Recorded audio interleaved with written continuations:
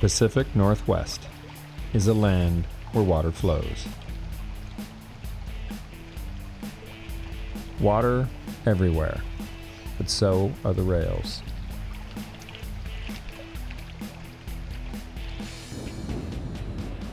Embedded in our neighborhoods, natural areas, and parks. A new proposal would have dirty, harmful coal transported on a massive scale by rail and barge through the Columbia River Gorge.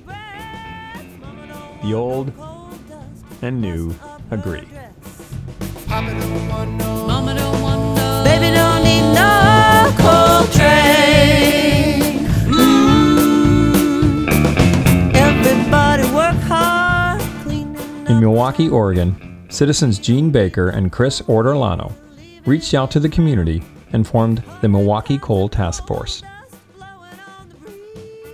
Mayor Jeremy Ferguson attended the first meeting. Correct. Tonight I'm listening to citizens and their concerns about coal trains coming through Milwaukie and the greater metropolitan area all the way through the Columbia River Gorge. A week ago we had a presentation about coal trains to the Milwaukie City Council, and we didn't make any decision, but it was just information only. So this is another step in my information gathering process to see if there's something that we need to do to take a position on coal trains. The City Council, of course, convened a meeting. Train issue, and we had given Brady some direction to do some research, have some conversations, and come back to council.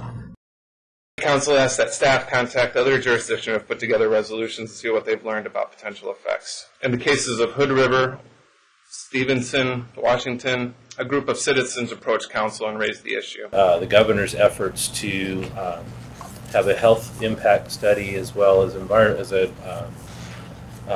environmental impact study of all the projects. And Mayor Katie Piercy is the co-chair of the Oregon Passenger Rail Leadership Committee. So she's at the southern end, and I represent constituents on the north end, so I think the two of us could partner really well in sharing this information to everyone else on the Leadership Council. I think that coal trains are out of place for where they want to go. This is a dirty, heavy industrial use that will go through the most precious of land that we have here. It's near the parks and the riverfront, but it will go behind and between the high-density residential that the city has worked so hard to plan for, to update the city, to bring it into the next how many years as a sophisticated, clean, desirable place to live.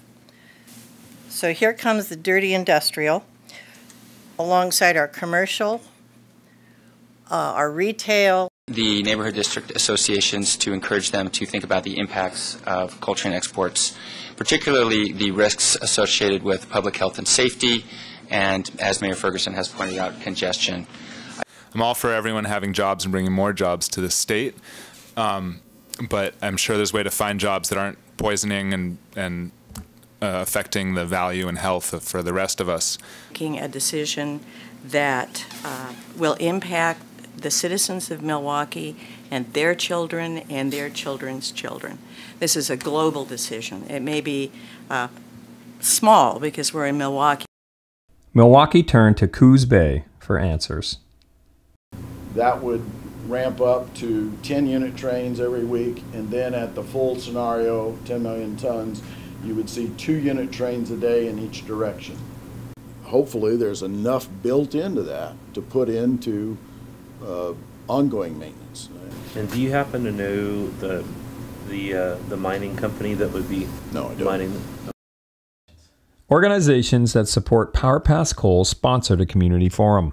A distinguished panel of local and regional leaders shared their knowledge and perspective. But I'd like to take a moment to talk about those jobs and what the long-term outlook is for prosperity and jobs in Oregon based upon this proposal of exporting coal. Coal export plans say that it would create about 900 jobs. They said 25 of those jobs, and that's in Oregon, 25 of those jobs would be in Morrow, 25 of those jobs would be in St. Helens, And apparently the other 850 jobs would just be trickle down, you know, the coffee that you buy. Actually, I can only imagine that they must be counting all of the healthcare professionals that we'll be needing into their proposal. They didn't tell us that. Milwaukee citizens rose as one in an effort to convince the local leaders to stop the trains.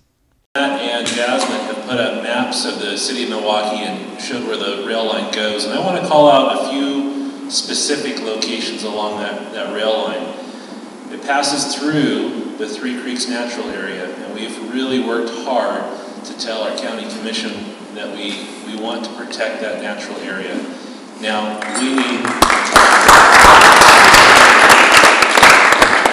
we need to go to the next step and make sure that we keep other toxic waste out of that area. And by toxic waste, I mean coal, because it's coming off of the trains and dumping along our natural areas. It passes over Minthorn Springs, and if many of you may remember, a couple of years back, we had a pretty bad windstorm. Some trees fell down, and the trees were actually pushed off the rail line and just allowed to rest in the Minthorn Springs natural area. And also, many of you may or may not know that Milwaukee's water source is one of the best in the Pacific Northwest, and that's because it comes up through our groundwater. Our Milwaukee water is drawn from wells throughout the community. Now imagine if we have pollutants seeping down into our groundwater. We need to protect that groundwater. Senator Wyden held a forum in the beginning of August downtown Portland about the Trans-Pacific Partnership, and someone spoke on the panel about coal exports. Senator Wyden, we ask that you join hundreds of thousands of citizens in our state, as well as Senator Merkley and Governor Kitzhaber and the EPA, and request a full environmental review of the cumulative impacts of all of the coal projects together. There were around 400 people in the room, and when the panelists asked, I'm just curious how many people here today have concerns and are opposed with coal and LNG export. Could you please stand up? Around 350 people stood up and cheered. Thank you very much.